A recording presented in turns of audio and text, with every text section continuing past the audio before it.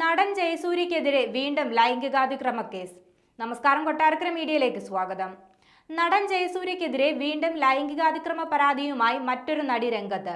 വർഷങ്ങൾക്ക് മുൻപ് തൊടുപുഴയിലെ ലൊക്കേഷനിൽ വെച്ച് നടിക്ക് നേരെ ലൈംഗികാതിക്രമം നടത്തിയെന്നാണ് പരാതിയിൽ വ്യക്തമാക്കുന്നത്. തിരുവനന്തപുരത്തെ നടിയുടെ പരാതിയിലാണ് പോലീസ് കേസെടുത്തത്. കരമന പോലീസ് രജിസ്റ്റർ ചെയ്ത കേസ് തൊടുപുഴ പോലീസ് സ്റ്റേഷനിലേക്ക് കൈമാറും. തൃശൂർ കേന്ദ്രീകരിച്ചുള്ള പ്രത്യേക അന്വേഷണ സംഘമായിരിക്കും ഈ കേസും അന്വേഷിക്കുക. നേരത്തെ തിരുവനന്തപുരം കന്റോൺമെന്റ് പോലീസ് ജാമ്യമില്ലാ വകുപ്പുകൾ പ്രകാരം ജയസൂര്യക്കെതിരെ കേസെടുത്തിരുന്നു. സെക്രട്ടേറിയറ്റിലെ ലൊക്കേഷനിൽ ശുചിമുറിയുടെ സമീപത്ത് വെച്ച് കടന്നുപിടിച്ച് ലൈംഗികാതിക്രമം നടത്തിയെന്ന പരാതിയിലാണ് ആദ്യ കേസ് രജിസ്റ്റർ ചെയ്തത്.